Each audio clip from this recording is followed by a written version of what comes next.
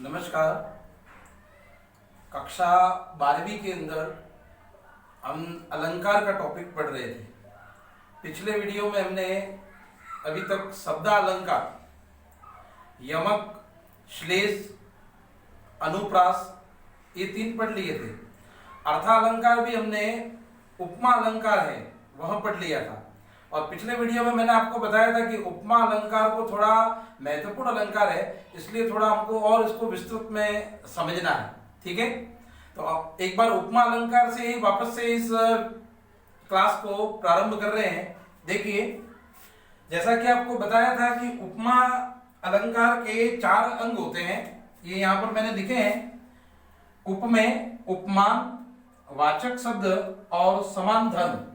ये 4 उपमेय जिसकी समानता बताई जाती है, उपमान जिससे बताई जाती है, वाचक शब्द मैं यहां पर लिख रहा हूं, ये बहुत महत्वपूर्ण है। सी से, सम, सो, जैसे, ज्यों, इस प्रकार के ये वाचक शब्द उपमा अलंकार के अंदर आते हैं। ठीक है बच्चों, अगर आप उपमा अलंकार की आपको पहचान करनी है या उपमा अलंकार को आपको पहचानना है तो सबसे सरल तरीका है वह यह है: सी से, सम, सो, जैसे, ज्यों आदि शब्दों की अगर प्रतीति आपको होती है या प्राप्ति होती है काव्य के अंदर, तो हम तुरंत पता लगा सकते हैं कि यह उपमा अलंकार है। ठीक है, तो उपमा अलंकार की परिभाषा 2 रूपों में मैं आपको एक बार वापस रिपीट कर रहा हूं, फिर अगला हम अलंकार पढ़ेंगे। इन 2 शब्दों से परिभाषा बना रहा हूं, देख लिए। जब काव्य में उपमेय की उपमान से समानता बताई जाती है, एक बार मैं यहां लिख रहा हूं, जब काव्य में उपमेय की उपमान से समानता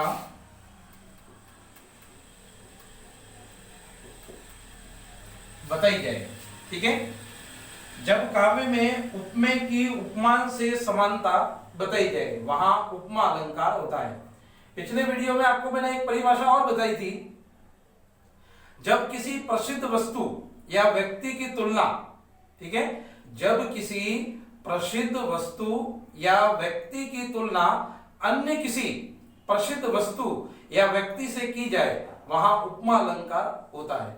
अगर आपको जो मैंने रिपीट की यहां परिभाषा याद नहीं होती है, जो मैंने पिछले वीडियो में आपके यहां बोर्ड पर प्रस्तुत भी की थी और आपने उतारी होगी, लेकिन अगर ये सरल भाषा ये भी है, अगर ये भी आप एग्जाम के अंदर लिखते हो, प्रस्तुतिकरण करते हो उसका, तो वो ठीक मानी जाएगी। ठीक है, तो उपमा के 4 अंग होते हैं, यह उपमा की परिभाषा है।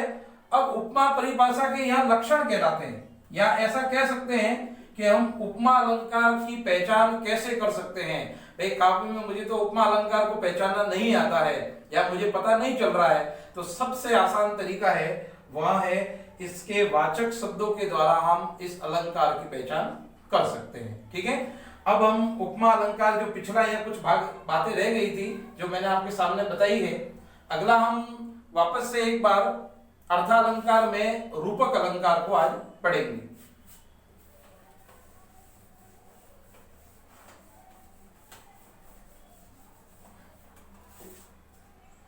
अगला है, आज नया एक अलंकार ले रहे हैं, रूपक अलंकार।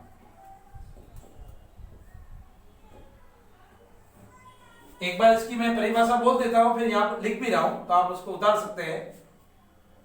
काव्य में जब उपमेय और उपमान में, देखिए मैंने पहले ही बताया था, अर्थालंकार के अंदर उपमेय और उपमान शब्द बार बार आएंगे। उपमेय और उपमान, कोई भी अर्थालंकार की आप सामान्यतः परिभाषा पढ़ोगे, जितने भी दिए हुए हैं काव्य के अंदर, तो उसके अंदर ये 2 शब्द ज्यादा आएंगे, क्योंकि जब हम 2 शब्दों की अगर हमको जानकारी ही नहीं है तो अलंकार कभी भी समझ में नहीं आएगा।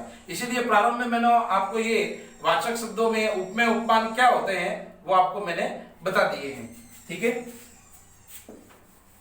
एक बार परिभाषा को जानेंगे।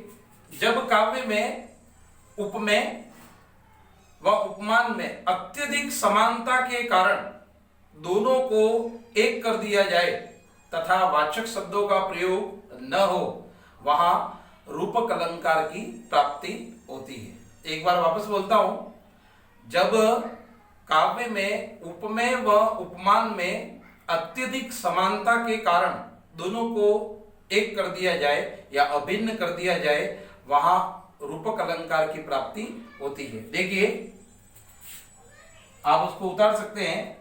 जब काव्य में उपमेय व उपमान में अत्यधिक समानता के कारण दोनों को एक कर दिया जाए।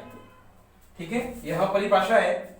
जब काव्य में उपमेय व उपमान में अत्यधिक समानता के कारण दोनों को एक कर दिया जाए, वहां हमें रूपक अलंकार की प्राप्ति होती है।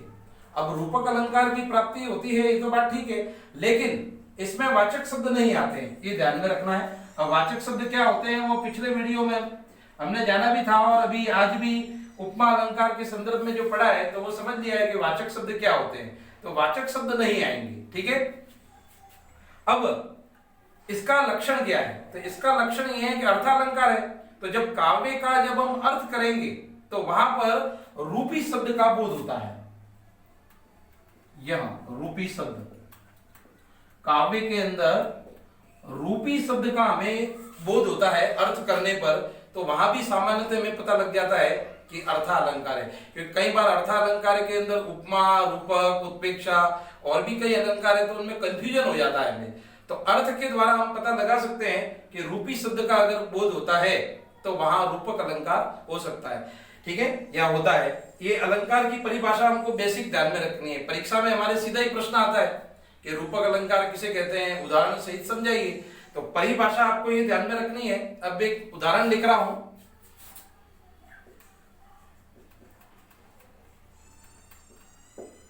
भानुवंश राकेश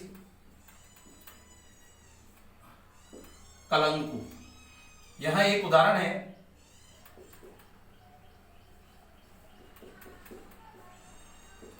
प्रीति नदी में पाओ न बोर्यो, ये उदाहरण हम परीक्षा के अंदर सरल है, ये लिख सकते हैं, एकदम सरल उदाहरण है। भानुवंश राकेश कलंकु, यहां तुलसीदास जी की पंक्ति है। प्रीति नदी में पाओ न बोरियो, यहां सूरदास जी की पंक्ति है। ठीक है, देखिए, भानुवंश राकेश कलंकु। अब इसका जब हम अर्थ करेंगे तो यहां लक्ष्मण के लिए कही गई उक्ति है। अब लक्ष्मण के लिए कही गई उक्ति है, उसमें यह बताया गया है कि लक्ष्मण परशुराम संवाद, जो हमारे 10वीं के अंदर पाठ है, उसी की ये पंक्ति है। तो उसमें यह बताया गया है कि किस प्रकार से बार बार अपशब्द कहने पर परशुराम पर लांछन लगाया जाता है, और जब परशुराम बार बार लक्ष्मण पर लांछन लगाते हैं तो वो उनको कुछ कहते हैं, और कहते हुए भानुवंश राकेश कलंकु, यह कहते हैं कि यह सूर्यवंशी, भानुवंश का मतलब है सूर्यवंशी, सूर्यवंशी राजाओं पर चंद्रमा रूपी कलंक के समान है। ध्यान रखिएगा, भानुवंश सूर्यवंशी राजा पर चंद्रमा रूपी कलंक, राकेश, राकेश का मतलब है चंद्रमा, ये भी समझना है। ठीक है, राकेश का मतलब है चंद्रमा। भानुवंश राकेश कलंकु, यहां लक्ष्मण है, अपशब्द बोलने के कारण, ठीक है, अपशब्द बोलने के कारण सूर्यवंशी राजा पर चंद्रमा रूपी कलंक के समान है। रूपी शब्द का बोध स्वतः ही हो जाएगा। यहां पर भी देखिए, प्रीति नदी में पाओ न बोरियो, प्रीति नदी। अब मैं यहां पर इसकी अर्थ को करता हूं तो प्रेम रूपी नदी,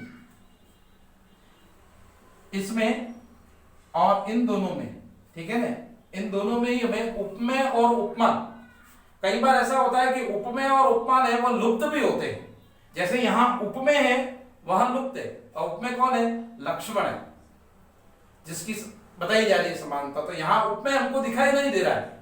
ये आगे के वीडियो में हम और भी जानेंगे कि लुप्त किस प्रकार से होते हैं, या चारों ही वाचक शब्दों का प्रयोग होता है या नहीं होता है, किस प्रकार से उपमेय की प्राप्ति कहीं पर नहीं होती है तो उपमान की भी नहीं होती है, किस प्रकार की ये होता है। ये अलंकार में जब हम ये अलंकार हमारा जो टॉपिक है यह जब पूरा हो जाएगा तो आपको और भी थोड़ा अच्छी तरह से विस्तृत में इसको और भी हम बताएंगे। लेकिन एक बार इतना ही समझना है आपको परीक्षा में, क्योंकि हमको परिभाषा और उदाहरण लिखने, तो आपका काम है परिभाषा को याद करना और या 2 उदाहरणों को याद करना। अभी तक इतना तक ही सीमित रहना है हमें।